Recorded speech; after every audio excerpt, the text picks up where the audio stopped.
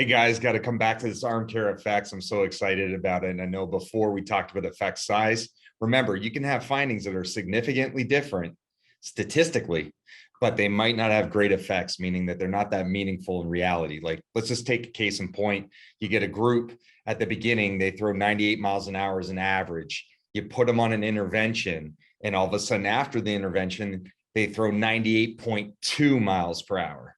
Now it's statistically significant because you got a big group of athletes, but when you look at that 0.2 difference and you're calculating the effect size, you realize that's not, it might be trivial. That 0.2 miles per hour, it's probably not perceivable to a batter. So even though it's statistically significant, we got to have a reality check. We got to look at our effect size calculations in our research to determine whether this is really meaningful. I know I've talked about it in future ArmCare effects, but when we're sports scientists in professional baseball or college baseball or your private facility or your travel ball team, you need to be looking for big effects if you're going to continue to do something.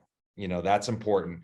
Making wholesale changes with an experimental idea when you have a very small effect size is not good enough. Now, when you get to a level of 0.5 or better, you got good confidence that a majority of your athletes are going to be affected in a positive way with your intervention. Now, I will say at the major league level, minute improvements matter. So even if it's a real small effect size, we're talking about 0.2 to 0.3, it's still worth investigating. But you got to also understand what could be the potential risks.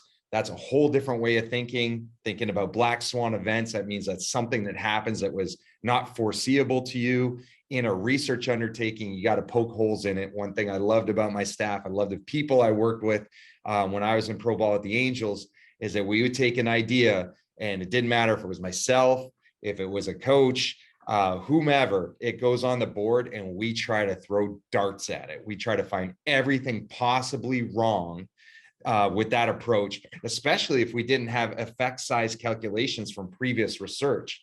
We call that evidence-based practice. What we had to do is practice-based evidence, which means what we had to do our own testing. We had to find out our own things because there wasn't enough to go by in previous literature. So that's super important. Can't stress it enough for sports scientists, coaches, anybody that wants to test something out on athletes, figure out how it could go wrong. Number one, identify, can this hurt an athlete? If so, how?